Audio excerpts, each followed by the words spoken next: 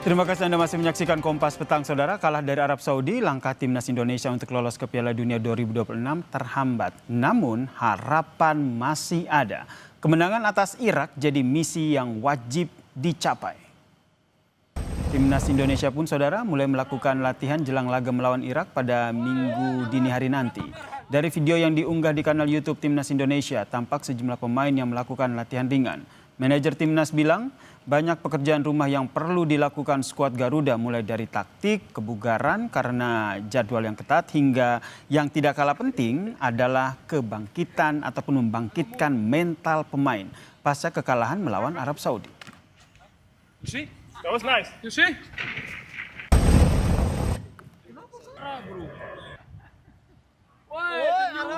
Mengembalikan mental pemain. Ini nomor satu mental dulu.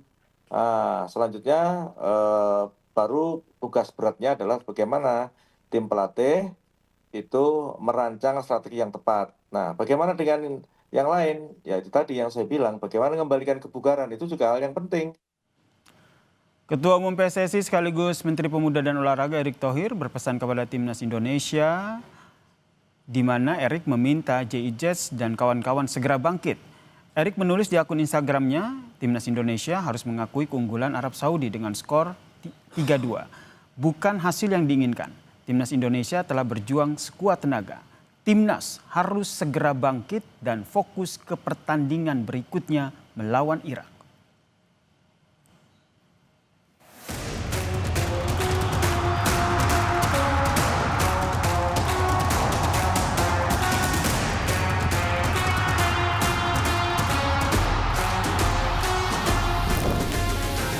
Kekalahan lawan Arab Saudi bukan akhir dari segalanya. Peluang timnas masih ada dan hanya kemenangan melawan Iraklah yang bisa menjaga peluang Garuda untuk lolos ke Piala Dunia 2026. Manajer timnas Indonesia Sumarji menyebut salah satu pemain andalan timnas, Calvin Verdong, akan diturunkan dalam laga melawan Irak. Verdong absen saat Indonesia kalah dari Arab Saudi lantaran cedera leher. Selain Verdong, juru gedor timnas Ole Romani juga disebut kondisinya membaik dan siap dimainkan sejak babak pertama lawan Irak. Kalau Verdong insya Allah tidak akan jadi masalah karena memang kami mempersiapkan strategi ini, mempersiapkan Verdong untuk lawan Irak. Sementara kalau Ole karena kemarin tidak main 90 menit sebagai cadangan, tentu kondisinya Ole juga sangat baik, tidak mengalami apa-apa. Semalam juga langsung begitu selesai langsung diterapi. Ini tadi pagi juga terapi lagi. Ya, saya kira kalau kondisi Ole sama Verdong insya Allah tidak ada masalah. Analis sepak bola Wesley Hutagalung mengingatkan saat laga melawan Irak, Kluivert jangan salah pilih formasi dan salah menempatkan pemain. Menurutnya pertandingan lawan Saudi jadi bukti banyak penempatan pemain yang kurang tepat. Menurut saya kerangka tim dikembalikan, tapi kalau mencoba-coba lagi, resikonya Irak itu mainnya akan juga direct dan crossing dan pasti juga akan menekan seperti kemarin itu. Jadi kalau kita salah pilih formasi, salah pilih orang di tempat yang salah, ya akan berat untuk keluar dari tekanan. Saya adalah itu pemilihan kerangka tim, starting line up-nya siapa dan orang yang tepat. Karena yang membedakan pelatih itu, Mbak Cynthia, adalah keputusan dan feeling instingnya. Ketika dia mengambil keputusan, dia harus memakai insting dia.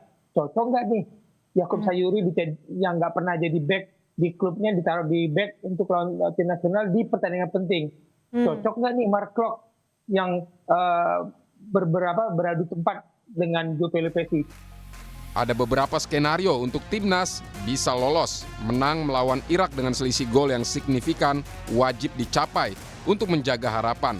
Sementara di laga lain, Irak harus menang melawan Arab Saudi. Jika skenario itu berjalan dengan koleksi poin yang sama, skuad asuhan Patrick Kluivert bisa lolos ke Piala Dunia 2026. Apapun hasilnya, perjuangan belum usai. Jika gagal memuncaki klasmen, kemenangan atas Irak setidaknya akan memastikan timnas Indonesia melaju ke kualifikasi putaran kelima, menjaga asa untuk tetap berada di jalur Piala Dunia 2026. Tim Liputan, Kompas TV. Peluang timnas masih ada saudara dan hanya kemenangan melawan Irak yang bisa menjaga peluang Garuda untuk lolos ke Piala Dunia 2026. Lalu seperti apa kira-kira strategi yang akan dipakai Perty Kluivert dalam laga hidup mati melawan Irak? Kita membahasnya bersama dengan analis sepak bola Bung M. Kusnaini telah bergabung bersama kami di Kompas Petang. Selamat petang Bung Gus. Selamat petang ya Sir. Ini oke lah kita lupakan kekalahan melawan Arab Saudi, tapi ada kabar, bisa dikatakan kabar gembira nih, karena ketika lawan Irak nanti akan ada Verdonk dan juga oleh Romani yang akan ditampilkan. Menurut Anda, strategi yang digunakan oleh Perty Kluivert untuk menempatkan dua pemain ini seperti apa? Iya, ada dua opsi sebetulnya ya. Yang pertama, Kluivert tetap mempertahankan formasi 4-2-3-1 karena memang ini sudah diuji coba pada bulan September ya. September itu kan dalam 2 kali pertandingan friendly internasional, Kluivert bermain dengan formasi 4-2-3-1. Makanya di pertandingan bulan Oktober dia berani main itu. Dan ternyata memang hasilnya kurang memuaskan memang. Tapi kalau dia mau meneruskan formasi 4-2-3-1, maka Calvin Verdonk harus main di posisi bek kiri. Karena kemarin posisi bek kiri kita itu cukup banyak mengalami tekanan ketika ditekan oleh pemain-pemain depan Arab Saudi. Beberapa momen di mana terjadi gol ke gawang kita, itu juga terjadi serangan ke gawang kita, itu juga akibat sektor bek kiri kita dieksploitasi. Nah, Verdonk ini sangat kuat bertahannya ya.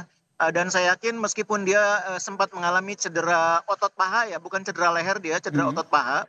Itu saya kira untuk pertandingan lawan Irak dia akan sangat siap. Yang kedua saya pikir kalau misalnya Ole Romani bisa betul-betul sembuh tidak ada masalah, harus dimainkan. Karena kemarin kita sudah melihat ketika Ole Romani main, serangan kita tuh lebih punya arah. Serangan kita tuh lebih punya target di depan. Ketika main Ragnar di posisinya Ole, Ragnar sepertinya belum terlalu siap. Apalagi level kebugarannya, kecepatannya saya lihat belum kembali ya, belum pulih. Sehingga di depan kita sangat kesulitan membongkar pertahanan lawan. Bola-bola dari belakang banyak hilang, apalagi yang dipilih adalah bola-bola direct. Kalau ada Ole, kita punya opsi pemain yang lebih cepat, lebih gesit, lebih punya naluri mencetak gol. Dan mudah-mudahan Ole bisa bermain setidaknya 75 menit. Karena mungkin 90 menit mungkin masih agak berat, tapi mudah-mudahan 75 menit bisa main. Tapi ini menurut Anda akan dimainkan mulai dari awal pertandingan ya? Ya, kalau melihat kemarin cara dia main, cara dia menahan bola, cara dia berduel, kelihatannya sudah bisa main sejak awal ya. Mungkin kemarin dokter tim baru merekomendasikan main babak kedua ya, sehingga pelatih juga tidak bisa mengelak. Kali ini kalau melihat pertandingan kemarin, mungkin dokter tim juga akan merekomendasikan untuk boleh main sejak awal. Mudah-mudahan seperti itu. Soalnya ini kesempatan terakhir kita nih Bungkus, mau tidak mau kita harus unggul melawan Irak. Kalau tadi kita lini depan gitu, kalau ke lini belakang tadi kalau misalnya Verdonk ditaruh di belakang di back kiri begitu, menurut Anda komposisinya akan seperti apa di line up belakang ini yang menemani Verdonk? Kalau pilihan pertama kan kembali 4-2-3-1. Kalau yang lebih aman sebetulnya kita main dengan formasi 3-4-3 seperti di pertandingan kualifikasi putaran ketiga. Di kiri ada Hafner, di tengah kemudian ada Jaijes, di kanannya ada Rizky Ridho, bek kanan diisi oleh Kevin Dix, bek kirinya Verdonk. Itu pertahanan kita kuat sekali sebetulnya. Cuma kan memang style sepak bola Belanda itu memang rata-rata 4 di belakang, 3 di depan. Sehingga akhirnya Kluivert bermain dengan formasi 4-2-3-1 atau 4-3-3. Ya itu soal pilihan lah. Dan Kluivert confidence-nya dengan 4-2-3-1 kita tidak bisa berbuat apa-apa. Kalau sebagai orang luar, kita melihat waktu main 3 di belakang itu solid ya. Ada Rizky Ridho di kanan, ada Jaijes di tengah, di kirinya Justin Hafner, bek kanannya Kevin Dix, bek kirinya Verdonk, itu kayaknya solid gitu loh. Dan kalau nggak salah selama mereka bermain dengan formasi 5 pemain ini, kita ini clean sheet-nya cukup banyak. Jadi mungkin Kluivert perlu mempertimbangkan, meskipun keputusan akhirnya tentu itu wilayahnya pelatih. Betul. Tapi rekam jejak tiga formasi back ditambah di back kanannya Kevin Dix, back kirinya Verdonk, itu sangat bagus. Tapi banyak yang juga akhirnya menilai gitu, termasuk rekan-rekan analis sepak bola yang menilai bahwa ada beberapa penempatan pemain posisinya ini juga kurang maksimal begitu, sebut saja kayak Makok, Sayuri, kemudian ada Beckham gitu. Menurut Anda ini juga harus jadi salah satu pertimbangan Kluivert untuk pertandingan melawan Irak? Iya, mungkin lebih tepatnya bukan penempatan ya, pemilihan ya. Karena Sayuri itu main di bek kanan tuh di timnas kan juga sudah diuji coba bulan September. Waktu bulan September kita main lawan China Taipei, melawan Lebanon, Sayuri kan main bek kanan dan bagus mainnya.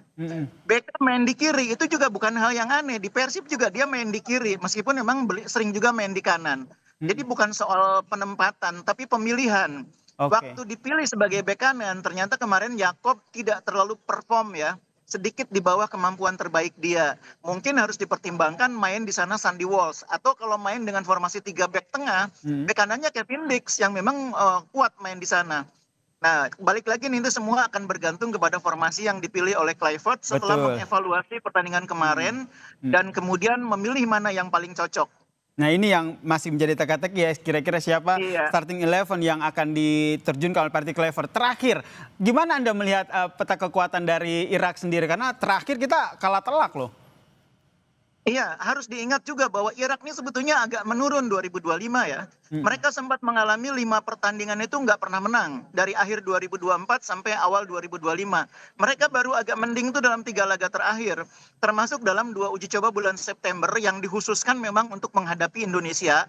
Mereka mengalahkan Hong Kong, mereka mengalahkan Thailand. Jadi mereka sengaja memilih Thailand, sengaja memilih Hong Kong untuk mendapat gambaran sepak bola dari Asia Tenggara dan hasilnya mereka menang walaupun menangnya tipis. Di Irak memang kuat tapi sebetulnya tidak sekuat ketika mereka mengalahkan kita karena waktu